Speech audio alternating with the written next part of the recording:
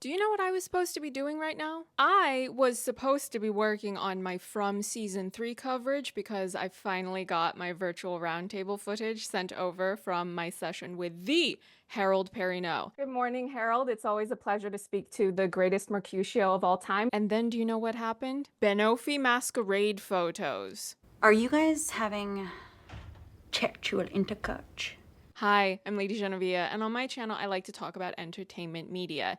If you are new to my channel and would like to watch more of my coverage of Netflix's Bridgerton, you can head over to the Bridgerton playlist that I have displayed on my channel. At the time of recording this video, any and all Benofi videos that I've made should be the most recent additions to that. And here I thought I was going to spend today focusing on the fact that two of my favorite artists, Baz Luhrmann and Catherine Martin, are going to be doing a Joan of Arc film. Baz Luhrmann had all but disappeared into a research hole, as is customary when he is preparing to unleash a new masterpiece on the world. And then that news drop came, and how could I think of anything else? And then the Benofi Masquerade photos came. I love how active so many of my favorite artists are at the moment. New Baz Luhrmann film is announced, Ridley Scott's Gladiator 2 is only a couple of months away, and of course, James Cameron's Avatar 3 is coming out next year. Your heartbeat is fast.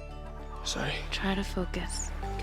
I didn't actually know about these new pictures until someone messaged them to me.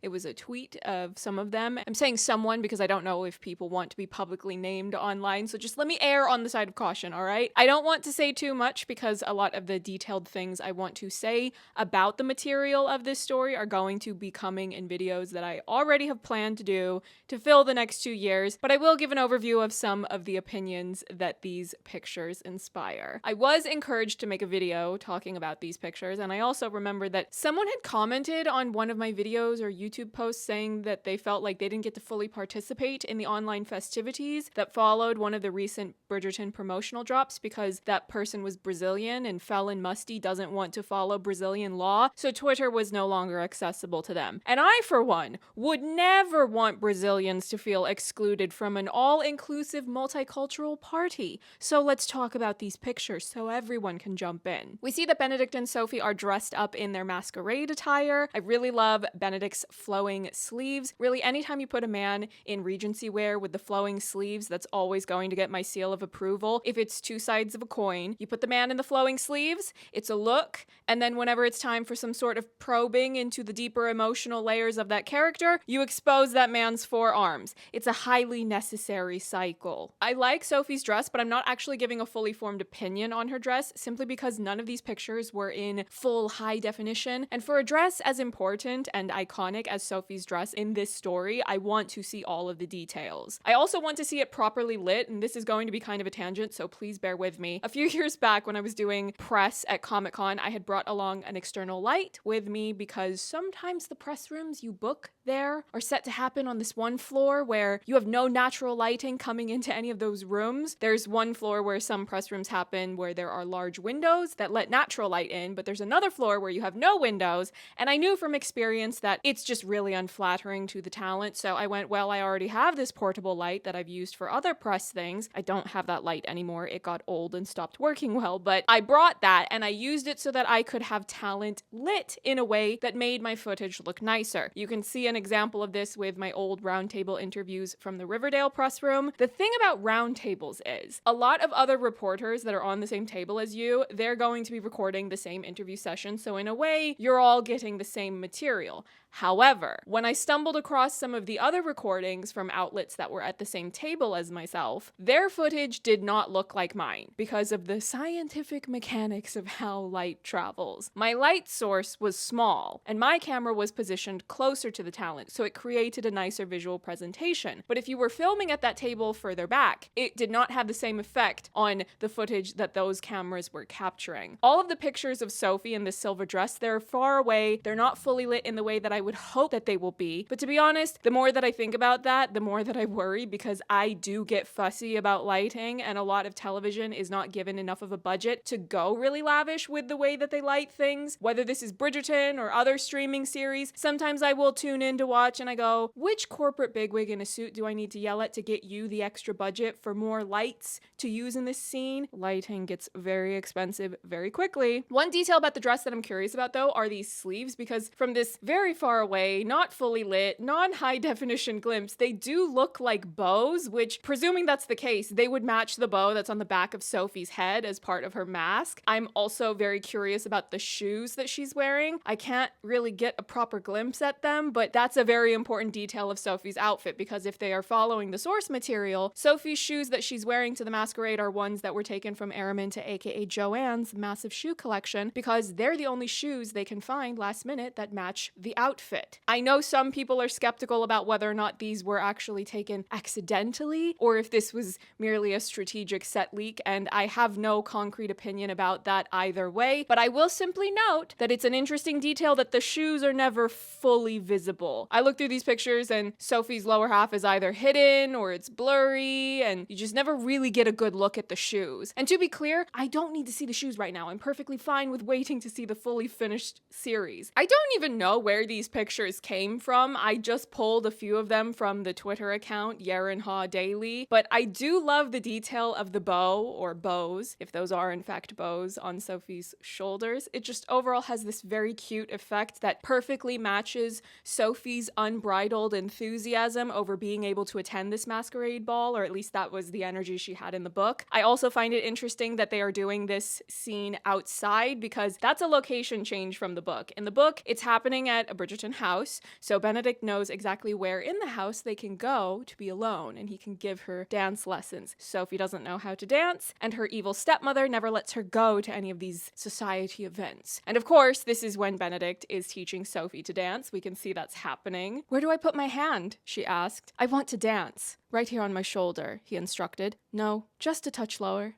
There you are." "You must think me the veriest ninny," she said, not knowing how to dance. "I think you're very brave, actually, for admitting it." His free hand found hers and slowly lifted it into the air. "Most women of my acquaintance would have feigned an injury or disinterest." "Oh, I'm sorry. Luke and Yerin, did we catch you mid-book excerpt? I'm terribly sorry to interrupt. Please, carry on." And this gazebo is cute. Gazebos are developing a bit of a recurring presence across the larger Bridgerton universe. There was an important gazebo in Francesca's book, which I somewhat recently did a video on. Katani and Antony had their first time being intimate at a gazebo. Actually, if this masquerade is happening at a Bridgerton house, is Benedict teaching Sophie to dance at the same place where Antony dove face first into Katani Sharma for the first time? Oh my god. Much has been made of one of the pictures where it appears as though Luke is practicing removing Yerin's glove, and I'm using the word practicing because I don't believe that they're actually filming in this picture, while Yerin appears to have an extra garment on that I would presume is either something to protect the dress, to keep Yerin warm, or both. But if you've read the book, you will know that the glove removal is a big deal. It's a moment. In the book, Benedict was initially wearing gloves,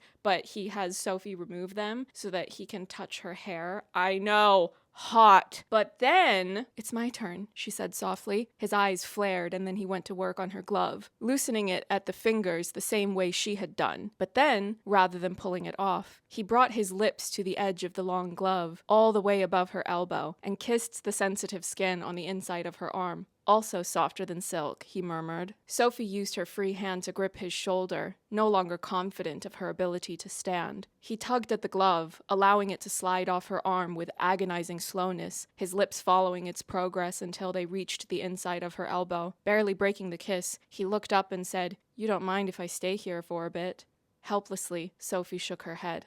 I know. Can you believe it? Benedict took one look at Sophie and declared, "I will now be channeling Dawn Lockwood." I love you. I love you. I love you. I love you. It would be good to rehearse this bit of physical choreography, though, because you need to test the fit and the fabric of the glove and make sure it can be removed in exactly the way you want it to come off for the scene. It would be a bit disruptive if Luke is trying to take that glove off and then it gets stuck. Now, if that were to happen, it might make for a fun addition to a blooper reel, but we need something that's actually usable for the final cut. The one extra detail among the photos that I had skimmed that I wanted to mention is, once again, we have a picture of Luke Thompson laughing his heart out with Yerin. Yes, I've said it more than once, and I will say it again, and I will continue to say it. We need laughter to be a pillar in the Benofi relationship. Every season, laughter is a cute moment for the main couple. Simon and Daphne laughing over the repetitive compliments among the Tawn, and Daphne snorting. Your gown, it is exquisite. Kate and Antony laughing in the mud.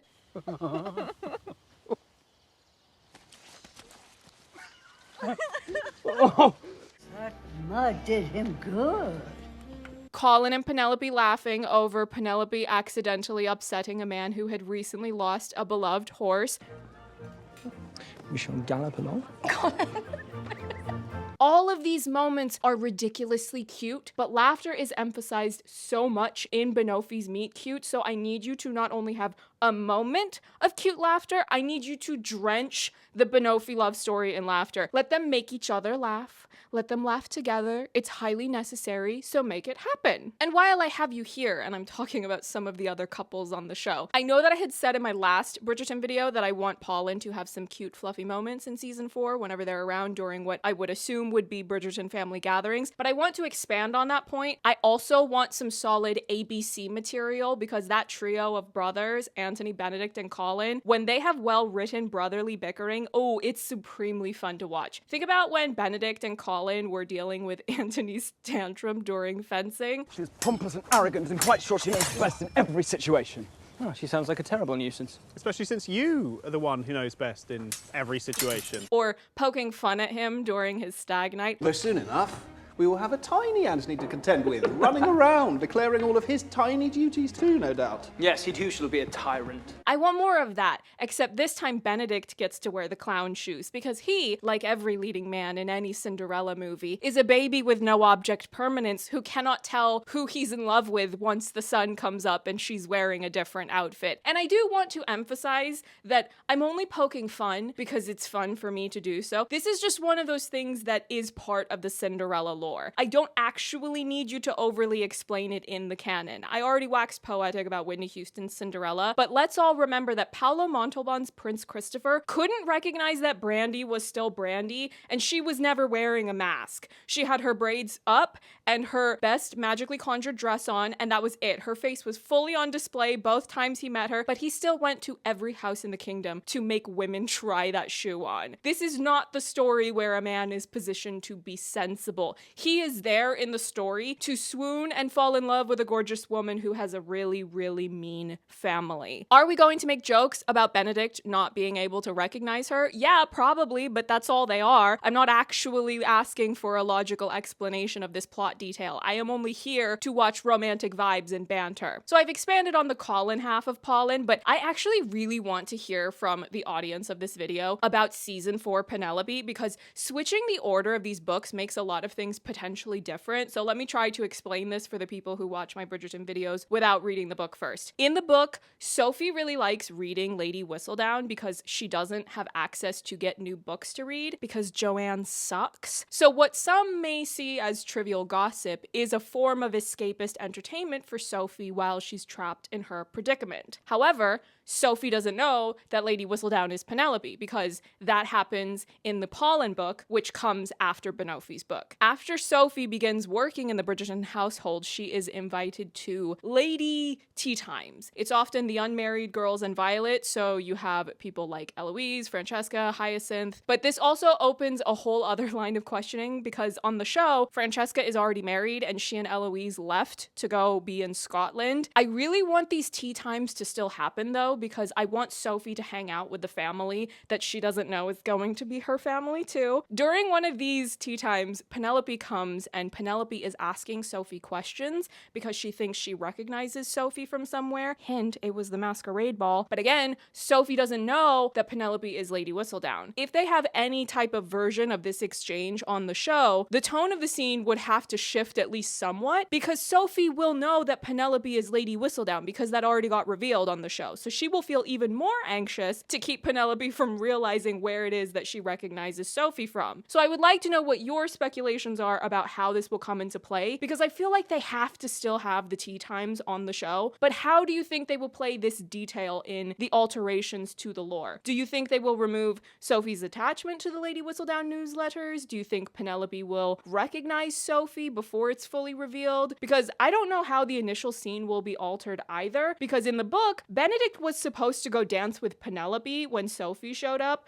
but that whole thing was happening because Book Violet would pester her sons to go dance with Penelope, but that doesn't apply in season 4 because show Penelope is already married. She might still be around, of course, but it's just one of the many, many question marks I have about how they're going to do the story. I would go through the material like so. If Eloise and Francesca are mostly off in Scotland as a B-plot instead of in England with the rest of the Bridgerton family, we could turn tea time into Violet, Kathani, Penelope, Hyacinth, and Sophie. I could work with that if that ends up being the combination. Hyacinth would be there as the comedy queen. Violet is the maternal figure Sophie needs and deserves. Kathani is the head of the household as Viscountess Bridgerton, and with her there, we would get some much needed, much demanded Pan-Asian solidarity. The Pan-Asian coalition demands Kathani Sharma and Sophie Baek to bond. And if Penelope is there, I feel like there are two options in my brain for how they could potentially play it. You could either do it like it is in the book, where she's not around for tea at first, but then she comes by for tea further into the story during the build-up to the reveal of Benedict figuring out who Sophie really is, where Penelope pops up for tea and goes, "Oh, you look familiar. Have we met before?" Or